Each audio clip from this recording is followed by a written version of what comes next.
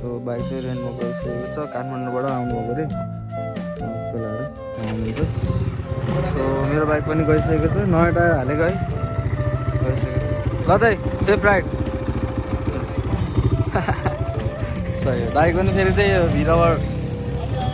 बवाल छ मम्मीले चाहिँ लाइक बार्बेक्यू गरेर खान मन लाग्यो भनेर भन्नुभएको थियो सो त्यसै कारणले चाहिँ हामी बार्बेक्यू गर्न जाँदैछौँ अनि त्यही हो हल्का मम्मीलाई पनि खुसी बनाउनु पऱ्यो होइन छोराले अलिअलि कमाएको छ रेन्टमा पठाएर बाइक होइन त्यो बाइक मम्मीले किनिदिएको हो होइन के कसरी किनिदिएको कति दुःख गरेर किनिदिएको भन्ने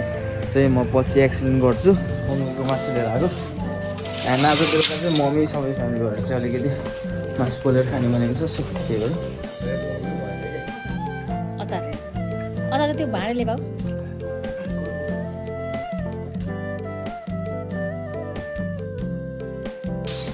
लगाइयो so hello guys welcome back to brand new video BJ vlogs सबैजनालाई स्वागत छ मेरो च्यानलमा अनि म एकदमै लेट भएको कारणले चाहिँ यसरी हेलमेट लाएरै बनाइरहेको छु भ्लग है अनि आज शनिबारको दिन पनि आज बाइक रेन्टमा जाने भन्ने कुरा छ सो मोटरसाइकल गएर भेटौँला अनि सब्सक्राइब गर्नुभएको छैन भने चाहिँ प्लिज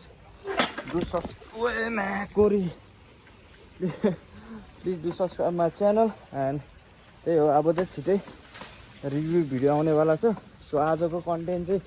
छुट्टै छ आज फ्यामिली कन्टेन्ट हुनेवाला छ सो बाइक चाहिँ त्यति नदेखामै त ल गाइस हामी चाहिँ अहिले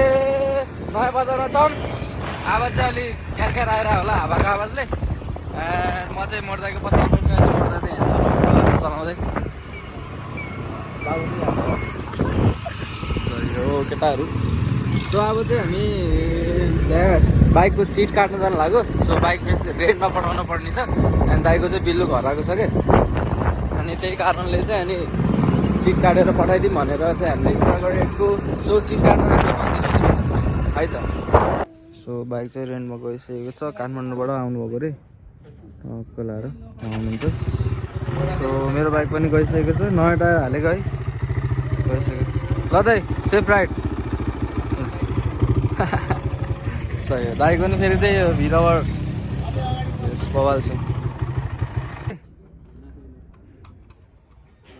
यो चाहिँ दाइको बाइक कहाँ केटाहरू मासु लिएर आयो 480 रे कति महँगो हो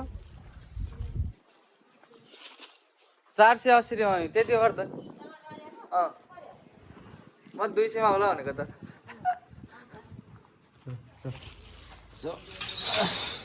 मम्मीको मासु लिएर आएको एन्ड आज बेलुका चाहिँ मम्मी सबै फ्यामिली भएर चाहिँ अलिकति मासु पोलेर खाने भनेको छ सो त्यही भएर ड्याङ्गै लिएर आइदिएको हेलो हाम्रो ज्याक चाहिँ यहाँ सुतिरहेको छ अल्छी ल मासु हाल्ने कसले लिन्छ तिमीलाई ल सो गाइज हामी चाहिँ टक्क लाएर अहिले बाहिरसम्म हँदेर भइसकेको छ होइन टक्क लाएर अब चाहिँ हामी घर जानु लाग्यो एन्ड भर्खर दोकानबाट आएको थियो कि अनि कोकसोक पनि लानु पऱ्यो अलिअलि मासु पनि लगाइसकेको छ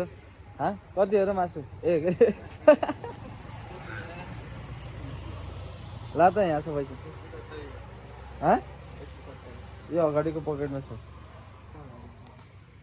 अगाडिको सो अब चाहिँ हामी घर गएर चाहिँ बार्बेक्यू गर्ने भनेको है टक्क लाएर मम्मीलाई चाहिँ लाइक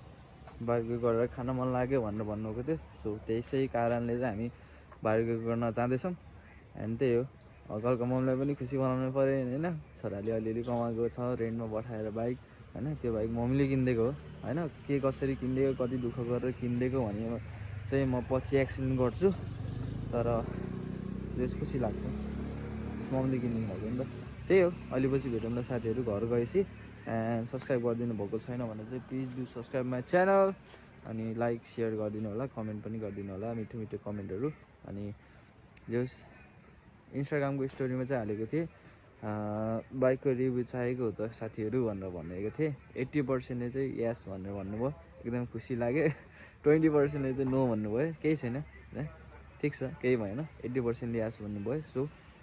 रिभ्यू भिडियो चाहिँ छिटै आउँदैछ है म अलिकति बिजी भएको कारणले चाहिँ बनाउन पाएको त छैन तर like I'll try my best त्यति भन्दै चाहिँ अहिले पछि भेटौँ न साथीहरू सो गाइस मासु पाकिसक्यो म आउनुभन्दा पहिला यसरी भेनाले पकाउनु भएर चाहिँ टक्क लाएर अलिक कालो कालो भयो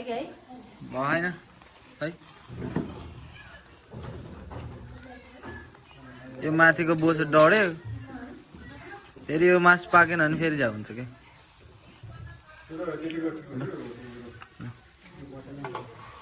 भेना चाहिँ कालो कालो पकाउनु भएर चाहिँ भन्छ नि भेना आइसक्यो पानी पानी चाहिँ आइसकेको छ यता आगो ताप्दै गयो यता चाहिँ को हो मुसा हो यी गर्दा यी गर्न यो चाहिँ भान्जी है मुसा जस्तो भान्जी यहाँ दिदी दाई भित्र यहाँ दिदी भित्र मम्मी हा के मासु चाहिँ थियो सो म चाहिँ यहाँ पकाउँदैछु र कलाएर ओए खतरा चाहिँ मिठो हुन्छ यो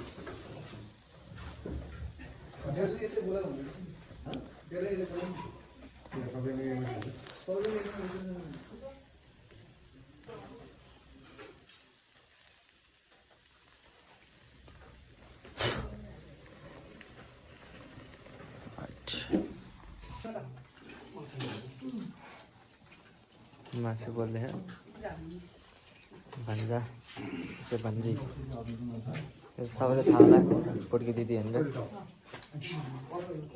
ड्याड चाहिँ खाना खाँदैछ च्याङ्ग्राको कपाल लाउनु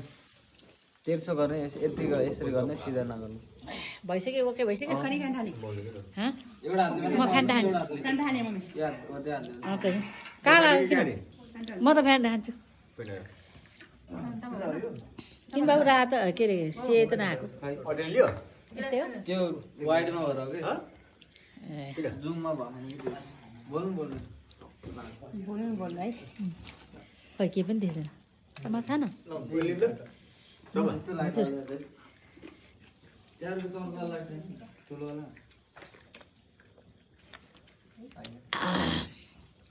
नानी अचार बोकेर आयो नि त्यो भित्र गर्दा सबै बसेर खाने आउँदाखेरि के धुवाउनु भइहाल्छ है धुवा चाहिँ सबैले अलिअलि खाएको भएर हो कि अरे धुवाउनु भएन कि अचार अचार अचार त्यो भाँडेले भाउ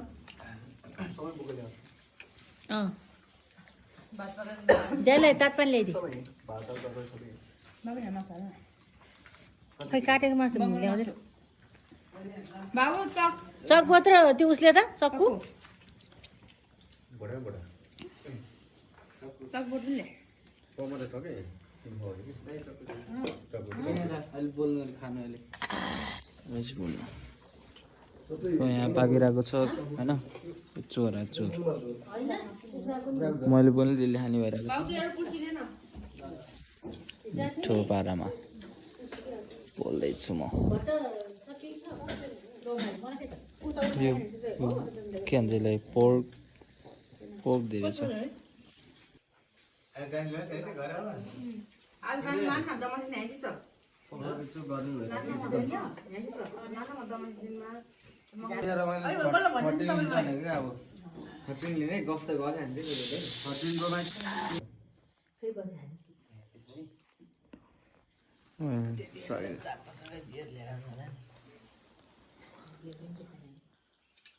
ल्याउने र यता मम्मीले ल्याउँदैन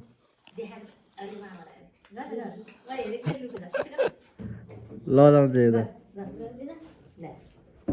ल अहिले लोड छ कि त्यो लोड छ के अरे सो पाक्दैछ है यिनीहरू टक्क खाँदै यता कोक्नु सकियो 10 बजेमा है 10 बजे म त भात खान्न होला कति पकाएको र भात मलाई त सोधेन होइन पाइँदै अझैलाई होला सोधेको है अझैलाई हो भोलि भुटेर खाने यो मासुसँग